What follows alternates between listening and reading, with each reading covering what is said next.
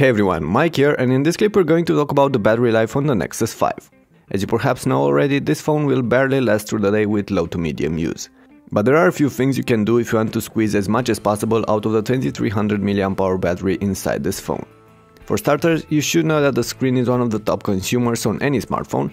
That's why you need to make sure it only stays on when needed and is not brighter than it has to be. For that, from the settings, you need to select a short sleep time, preferably at a minute or lower, which is the time that passes from the moment you've finished an action to the moment the screen turns off. Also, adjust the brightness accordingly to the light around, and if you don't mind, try to do this manually and not rely on the auto brightness feature.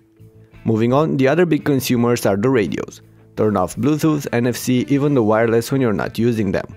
Also select the right type of cellular connection from the 2G, 3G or 4G options available.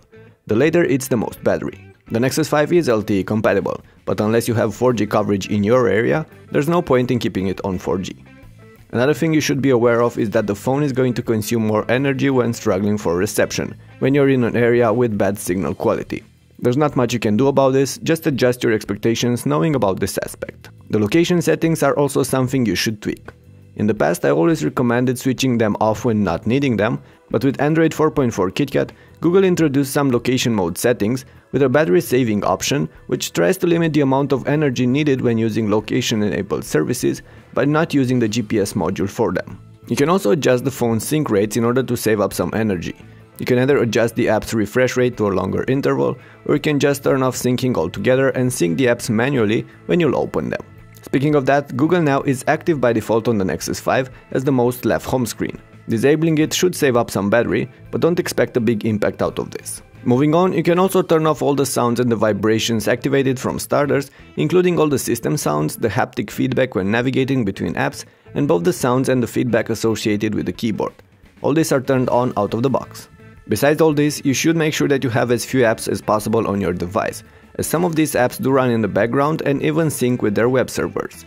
And while we're talking about that, try to use static wallpapers for your home screens and as few complex or animated widgets as possible, as these too will eat up through battery life.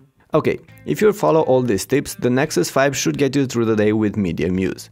Of course, don't expect wonders. If you'll really use the phone and watch movies, play games or just have the screen on for hours, it's going to run out of juice very quickly.